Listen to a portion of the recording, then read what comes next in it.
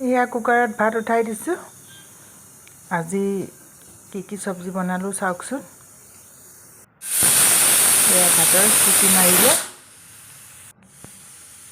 ধুনীয়া চাউল হয় এইটো সোনা মাছুৰি আৰু এতিয়া কি ভাজিম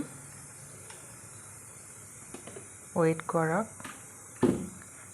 এই বছৰৰ একেবাৰে খুব তাজা এটা চব্জি মানে ইমানেই ভাল লাগিল খাই মানে খাই বৈ হোৱাৰ পিছতে এতিয়া ভইচ ওভাৰ কৰি আছোঁ মানে এই উইন্টাৰৰ শীতকালৰ এটা একদম খুব ভাল চব্জি এটা ইমান দিন গৰম দিনৰ সেই চব্জিবিলাক খালোঁ আৰু শাক পাচলিবিলাক ৰঙালাও বেঙেনাটো বাৰু উইন্টাৰতো হয় আজিকালিতো আৰু যিকোনো টাইমতে আহে এই শাকটো আহে কিন্তু এই টাইমত খাই ভাল লাগে এই আলুৰ লগত মানে আলু মেথি চাওকচোন কেনেকৈ বনালোঁ আৰু তাৰপিছতো আৰু 2-4টা বনালোঁ কিবা কিবি চাওক ভিডিঅ'টো